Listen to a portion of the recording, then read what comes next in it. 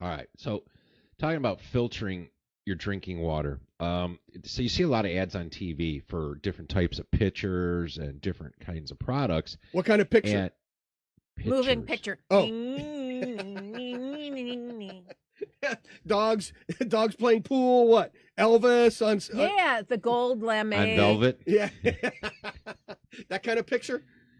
No, pitcher. Picture. Okay. Oh. All right. So they have all these containers My favorite that was have filters in them. come up with He's Scott just gonna- Sanderson.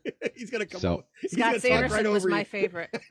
You know, he So the hit a biggest grand thing, slam the against most the Cubs important thing once. you'd want to do is you definitely want to go and get your water tested or go to your municipality because by law they have to do a water report every year. Uh-huh.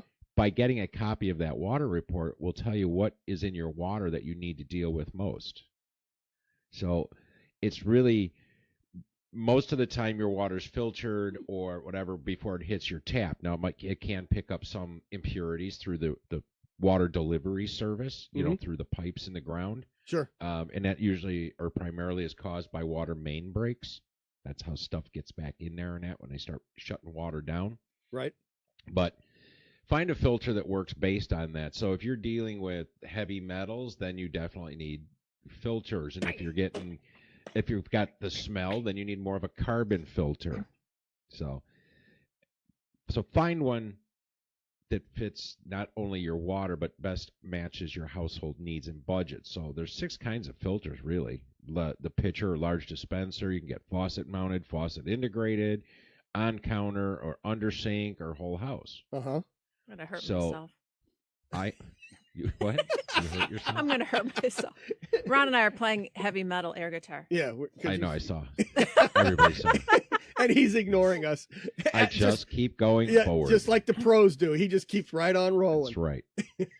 So understanding the technology too. Although there's hundreds of brands of home water filters, and all rely on a small number of technologies. So most common are your just carbon activated, and those will actually pull some things out of it, but typically it takes out smells more than It'll take that chlorine things. taste out. Right, but it won't really take out any of the total dissolved solids, and it won't take out little microbial cysts and things like that are in your water. Sure, That's why it's so tasty. Yeah, but that's and it'll leave some of the minerals in there too, which are good for you. You want some of Which that are stuff. good for you. So those aren't bad, but then you can do like deionization or ion exchange, and that's a way of getting your water kind of like the pH varies and things when you're doing that. But mechanical filters, mine are I think the best one though really are just reverse osmosis, which is a very tiny membrane that the water's forced through, and the only thing that'll fit through it's the water molecule. But those that takes under everything pressure. out, right? Yes, that will take out everything. So if you have a good RO system, you will be at 0 total dissolved solids when you test. Right. So but I've heard that's not good for you either then, because you do need some of those minerals like we said before. Oh, lead's always a good part of your diet. It was when I was a kid. And that's why I can't read, man. Come on. Right. But for the most part, carbon filters are probably good. They're affordable. Most people, they'll take out the heavy contaminants like lead or byproducts from the treatment process, where the reverse osmosis, that will remove everything. Yes. Arsenic, rocket fuel, just all that. Yeah, so that's the reverse osmosis. That's the one you take down to the stream, and you crank it, and it'll actually spit out nice clean water that you can drink right out of the river or whatever. Yeah, even the Chicago River, you could drink that water. No. Yeah. Not even with reverse. No. No, you don't even water ski on that water anymore. Actually, they are though. They're out there. They're boating on it now. They're kayaking in and stuff in it. Ron? Yes? There was just a story yesterday that came out that they found poo in the Chicago River again. Well, of They were course. dumping sewage. Oh, somebody's just dumping sewage in there? Yeah. Nice. We had somebody on last week that would be responsible for that. Yes. For cleaning it out. She probably found it. Yeah. There you go. Okay. So anyway, I even don't even know what I was talking about. So anymore. should we filter? We were talking about the reverse osmosis there, and should we be filtering the entire house, or should you just like at point of use and filter that? Now, reverse osmosis systems are fairly expensive, and because they work under pressure, you won't 60. get a good supply of water, like to a shower or things like that. Uh-huh. They will really restrict flow. So it's really best to have a reverse osmosis at the point of use. But water softeners, on the other hand, remove a lot of the, the metal, the stank, and the iron and things like that in your water, and that you could do whole house. Got it. So we have some wells that are so bad that we actually have 500-gallon holding tanks. Then they have whole house RO, and then you have booster pumps. Wow. Because the well water here has got so much iron or something. And it's not even iron. I don't even know what it is. But if you use Salt? it in your sprinkler system, Yeah. whole side of your house will be brown in no time. You know what I mean? Wow. Amazing. Yeah.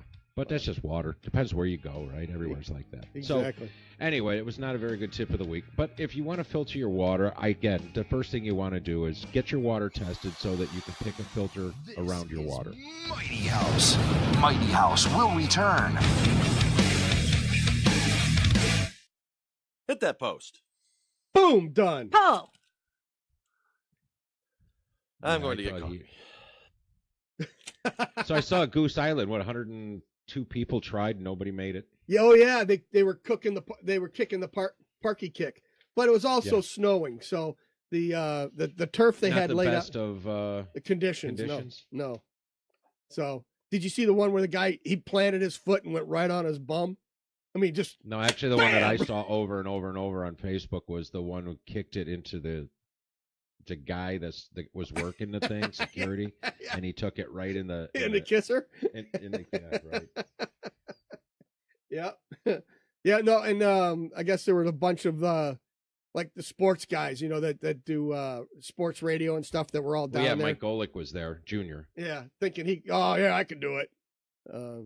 Well, he was a lineman, and he said during practice it wasn't unusual because a lineman, what do you do for practice, right? You run your plays, and that's about it. So he Right. says it wasn't unusual for the lineman to go kick field goals to kill time, Yeah, and he had done it, but it's been a long time. yeah.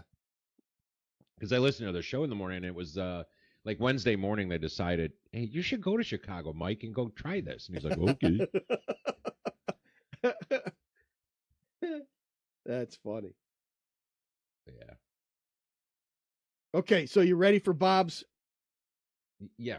Yeah. What Bob have to say? Okay, so he says you technically we are heating hot water because unless the water was at absolute zero, it has some heat in it. All right. nah. I said I can't wait to tell Rich.